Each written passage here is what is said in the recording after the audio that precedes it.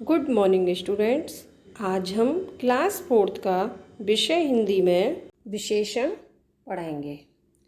बच्चों देखिए, आप चित्र देख रहे हैं और उनके नीचे वाक्य लिखे हुए हैं। पहले हम इनको पढ़ते हैं। यह गाय काली है। दूसरे चित्र का, 4 लड़कियां खेल रही हैं।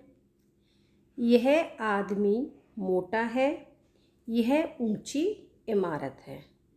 अब आप देख रहे हो कुछ शब्द जो हैं वो गहरे लिखे हुए हैं, जैसे काली, 4, मोटा, ऊंची।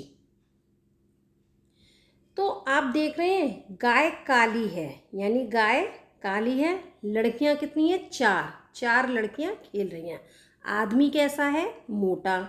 इमारत कैसी है? ऊंची। तो काली जो शब्द है वो गाय की विशेषता, 4 शब्द है वो लड़कियों की विशेषता, मोटा शब्द है वो आदमी की विशेषता, और ऊंची जो शब्द है वो इमारत की विशेषता बता रहे हैं। तो ऐसे शब्दों को हम क्या कहते हैं? विशेषण।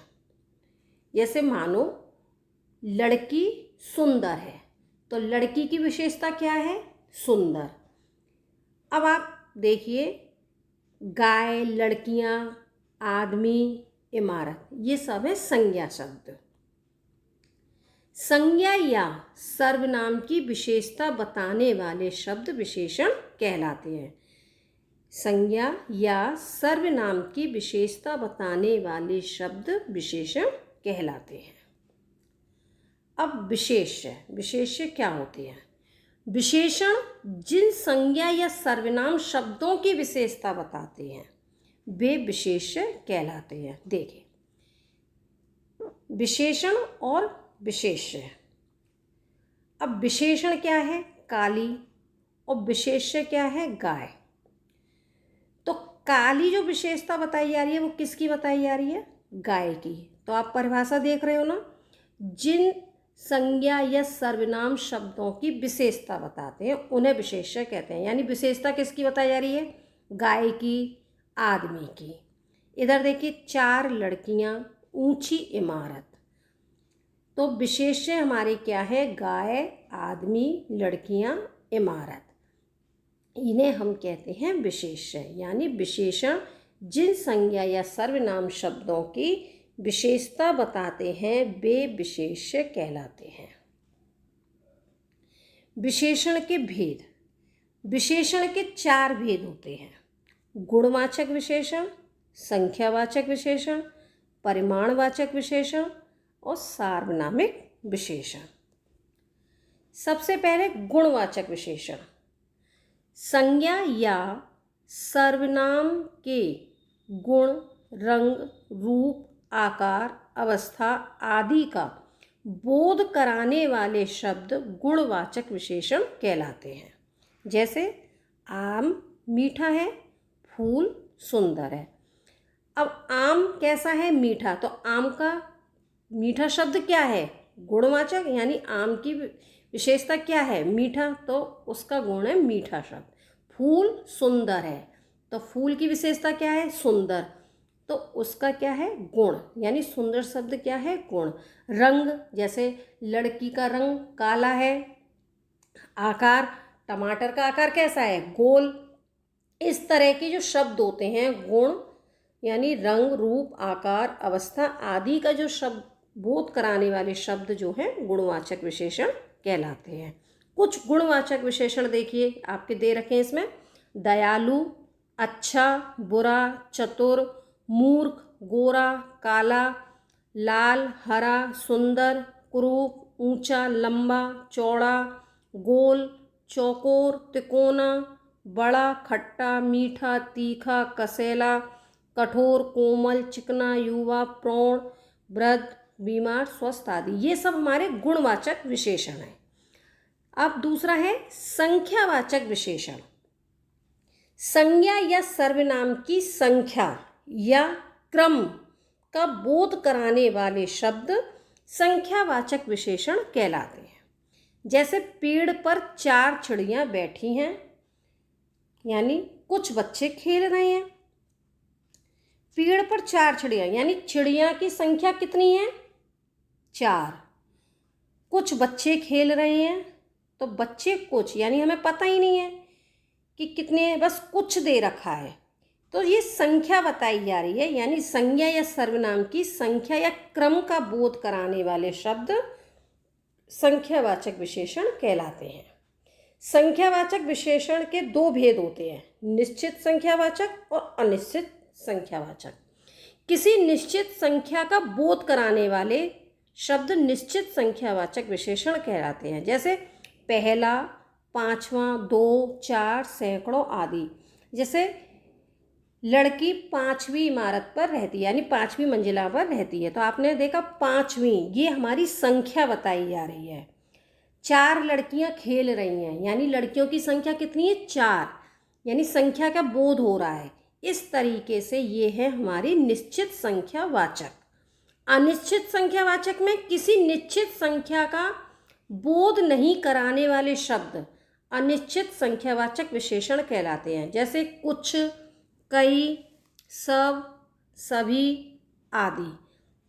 जैसे कुछ लड़कियां खेल रही हैं, कई लोग बीमार हो गए, तो हमें उनकी संख्या नहीं पता, सिर्फ अंदाज, यानी हमें ये नहीं पता कि कितने हैं, बस हमको एक बताया जा रहा है कि कुछ लड़कियां खेल रही हैं, कई लोग बीमार हैं, तो हमें इसकी संख्या का बोध नहीं हो रहा। अनिश्चित संख्यावाचक है ये, इसलिए इनको हम कहते हैं अनिश्चित संख्यावाचक विशेषण। अब परिमाणवाचक विशेषण, संज्ञा या सर्वनाम के माप तौल का बोध कराने वाले शब्द परिमाणवाचक विशेषण कहलाते हैं, जैसे 1 किलो, 5 मीटर, 3 लीटर, कुछ फल, थोड़ा नमक आदि। जैसे मान लो आप कुछ बाजार गए सामान लेने, तो आप किसी मात्रा में ही लेकर आओगे, किसी क्वांटिटी में लेकर ही आओगे। जैसे आप बोले आप दूध लेने गए, तो आप क्या कहोगे कि 1 लीटर दूध दे दो। आप केले लेने गए, आप बोलोगे 2 दर्जन केले दे दो। तो ये सब क्या है? परिमाणवाचक विशेषण, यानी संज्ञा या सर्वनाम के माप तौल का बोध कराने वाले शब्द परिमाणवाचक विशेषण कहलाते हैं। इसके भी 2 भेद हैं, निश्चित परिमाणवाचक और अनिश्चित परिमाणवाचक। निश्चित परिमाणवाचक में क्या है? संज्ञा या सर्वनाम की निश्चित मात्रा, यानी नाप और तोल बताने वाले शब्द जो हैं निश्चित परिमाणवाचक विशेषण कहलाते हैं। जैसे 2 लीटर दूध में 4 मीटर कपड़ा, 3 किलो दाल आदि। यानी आप कहोगे मुझे 2 लीटर दूध चाहिए, तो 2 लीटर दूध, यानी हमें परिमाण व निश्चित पता है कि आप 2 लीटर दूध ले रहे हो। आप कपड़ा खरीदने गए कि भैया मुझे 4 मीटर कपड़ा दे दीजिए, तो आप कपड़ा कितना लाए? माप से 4 मीटर। इसलिए हमें ये से निश्चित परिमाणवाचक विशेषण कहते हैं। अब अनिश्चित परिमाणवाचक में क्या होता है? संज्ञा या सर्वनाम की निश्चित मात्रा, माप तोल, यानी नहीं बताने वाले शब्द अनिश्चित परिमाणवाचक विशेषण कहलाते हैं। जैसे थोड़ा आटा, कुछ दूध, सारे लड्डू, यानी हमें इनकी मात्रा नहीं पता है, सिर्फ हमें ये पता है कि थोड़ा सा आटा है, कुछ दूध है, इसलिए ये अनिश्चित परिमाणवाचक विशेषण कहलाते हैं। सार्वनामिक विशेषण, जो सर्वनाम शब्द संज्ञा से पहले आकर उसकी विशेषता बताते हैं या किसी की ओर संकेत करते हैं, वे सार्वनामिक विशेषण कहलाते हैं। इन्हें संकेतवाचक विशेषण भी कहते हैं, जैसे यह, वह, ये, वे आदि। देखिए जैसे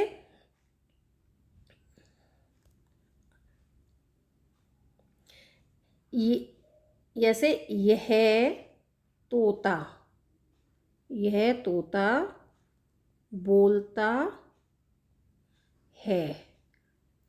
अब आप देखें तोता क्या है?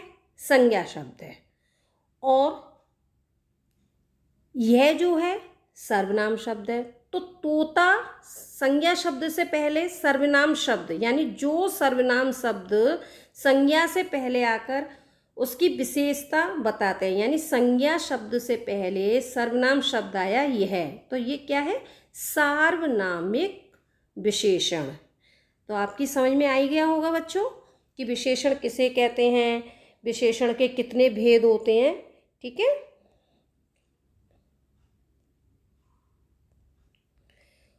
कुछ विशेषण शब्द देखिए, जैसे ये विशेषण है भूखा, जैसे कहते हैं ना लड़की भूखी है, तो इसमें लड़की भूखी है, तो इसमें विशेषण शब्द है भूखा।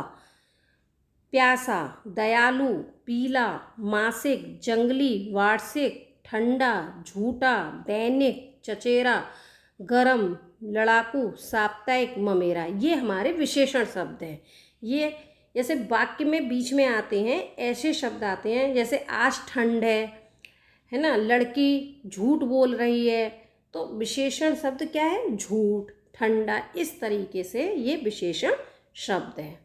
गृह कार्य, उचित विशेषण छांटकर रिक्त स्थानों की पूर्ति कीजिए। ये आपको रिक्त स्थान दे रखे हैं और बॉक्स में कुछ विशेषण शब्द दे रखे हैं। अब हमको देखना है इसमें कि कौन सा विशेषण शब्द कहाँ आएगा, उसे आपको करना है गृह कार्य में। स्वस्थ रहिए, सुरक्षित रहिए, धन्यवाद।